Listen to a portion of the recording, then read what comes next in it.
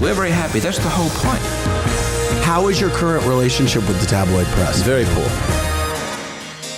News can never stand still. Each of these presses can print 50,000 newspapers every hour. Do you read them often? I think every day. Are you proud of them? Yes, indeed. Particularly the Sun. Are you really? Yeah. On the front page of the Sun? Absolutely. Reporters were hacking into voicemail messages. Access the voicemails by tapping a number. News of the world bribe police to get scoops. The tabloid press effectively murdered his mother. You know what the British public want? Yes, I think so.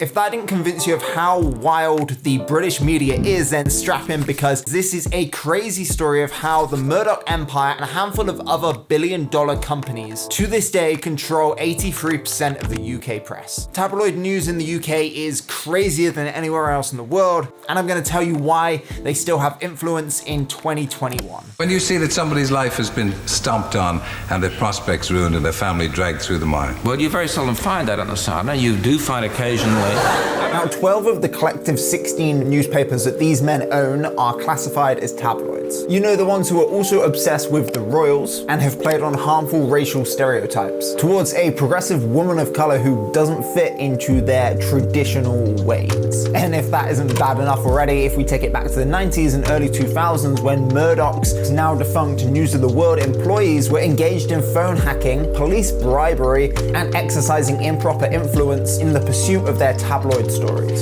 So can someone please tell me why in 2021, when newspaper sales have been on a rapid decline for like a decade, why the British media is still dominated by this trash?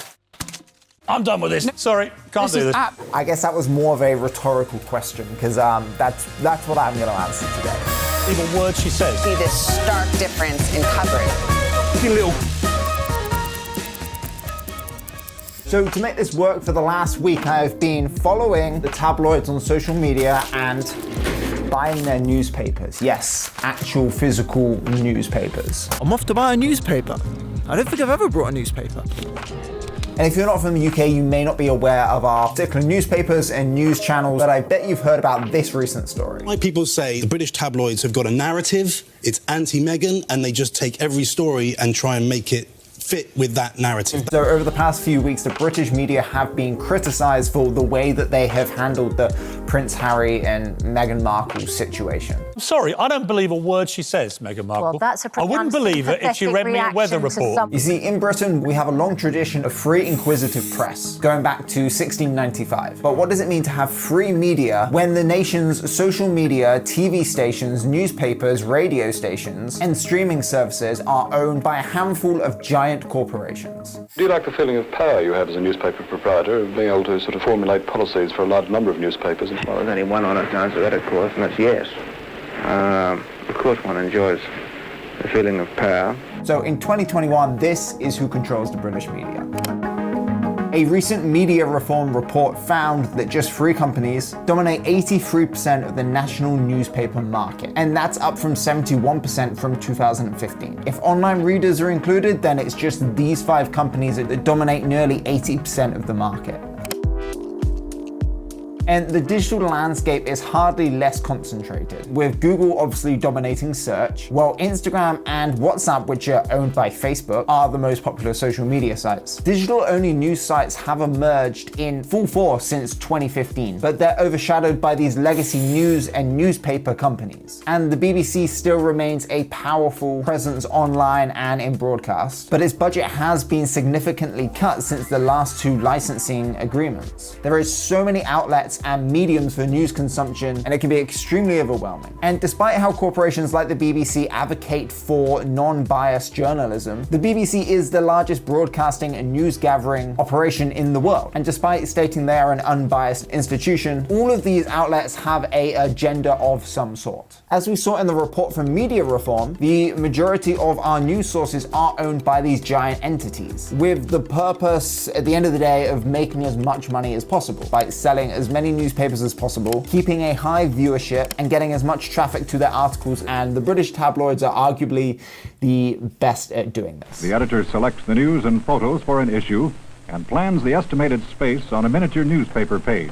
Celebrity scandals, sex, murder, violence, gore, whatever will give the biggest shock factor that is what they'll go for. In YouTube terms, it's be as clickbaity as possible. These websites and newspapers aren't places that I would say I intentionally end up on to consume news, but I feel like I should disclose my news consumption. My favorite way to get the news is through podcasts. Usually first thing in the morning, I will put on one of 3 podcasts. It's either The Guardian's Today in Focus, The Daily by the New York Times, or Today Explained by Vox. And during the US presidential election, I was also listening to Fox's podcast to make sure I was consuming both sides of the political debate and trying not to be in a echo chamber. Like I said, I've never had the urge to go to one of these websites or pick up one of their newspapers until this week. So let's look at some of the most important stories in the world right now, according to the British tabloids. Okay, welcome back to Andy Consumes the British Tabloids. This is day 5. And I'm just sick of it. Before we start, I should just say I have glasses now. They're not prescription, they're for blue light, because I'm looking at a screen so much I'm noticing it. But that's why I now wear glasses. You can probably never see me in glasses before. This is the first day of wearing glasses. But anyway, let's look at the Daily Mail. Man arrested after bomb squad called suspicious item at Queen's residence. Oh, it's all to do with the Queen. It's always royal stuff. Oh, Piers Morgan, great, returns to GMB to collect belongings stuffed into cardboard box. Why is that a news story? Husband made me scrub floors with toothbrush in lockdown, domestic violence hell. Obviously an important topic, but the way they go about these titles and like images, like they all about shock factor. Woman whose dog mauled Freddy the Seal breaks silence. It's sad that a dog mauled Freddy the Seal, but it's like breaks her silence, like it's something huge, you know, like Harry lands another job. I'm gonna stop here. So I do want to make it clear, I'm not trying to pin all left-leaning newspapers against right-leaning newspapers and suggesting that all conservative papers don't do in-depth journalism. I'm just looking at the tabloid papers. I feel like that was clear, but I just wanted to reiterate that point. In fact, when I started looking into this subject, I didn't actually know which way the Sun or the Daily Mail leant. I just didn't give it much thought. I just thought they attacked anything that wasn't seen as a traditional English way of doing things. To quickly clear it up to anybody who is interested in which way all of the newspapers in the UK lean, here is a really good Wikipedia table that tells you which way the major newspapers in the UK sit on the political spectrum. Okay, so one more major moment I want to mention, the phone hacking scandal by the News of the World. They tapped into calls from celebrities, politicians, members of the British royal family. Access their voicemails by tapping a number. Now, are you really telling me that journalists aren't going to do that? And in some majorly twisted situations, the phones of a murdered schoolgirl, Millie Downer, and victims of the July the 7th, 2005 London bombings. You are responsible for this whole fiasco. No. Who is responsible? The people that I trusted to run it. And out of all that came the Leveson inquiry, which was a judicial public inquiry into the culture, practice, and ethics of the British press. And in 2012, it published its findings, and some of the things included were that newspapers had recklessly pursued sensational stories, with no acknowledgement or harm of what those stories might do. From what we can see in the press right now, is still going on. Like the fact that they are, I know I keep harping on about it, but it's like a current story in these tabloids that they're pursuing Meghan Markle, calling her a liar. No offense to Meghan Markle, who cares? There is way bigger things going on in the world, and they are just adamant of like bringing her down. Leave the poor woman alone. So why in 2021 do these newspaper tabloids, mainly their online articles, have so much power? It all comes down to money at the end of the day and selling the most newspapers. And as we saw at the start, the tabloids dominate the UK press. There is way more tabloids than any other type of newspaper. And it's partly the reason why press in the UK are so brutal, and Rupert Murdoch is really at the center of this toxic culture. The newspaper can create great controversies, it can throw light on injustices, just as it can do the opposite. It can hide things and be a great power for evil. The paparazzi culture was inflamed with his checkbook bribery of journalism and intrusive tactics hounding subjects, and the Murdoch empire controls way more than just the newspapers. These are just a handful of the news outlets that he owns. And through that, he can create a toxic global matrix of news coverage. And all the other tabloids also have to be as eccentric and out there as possible with their headlines to draw in viewers.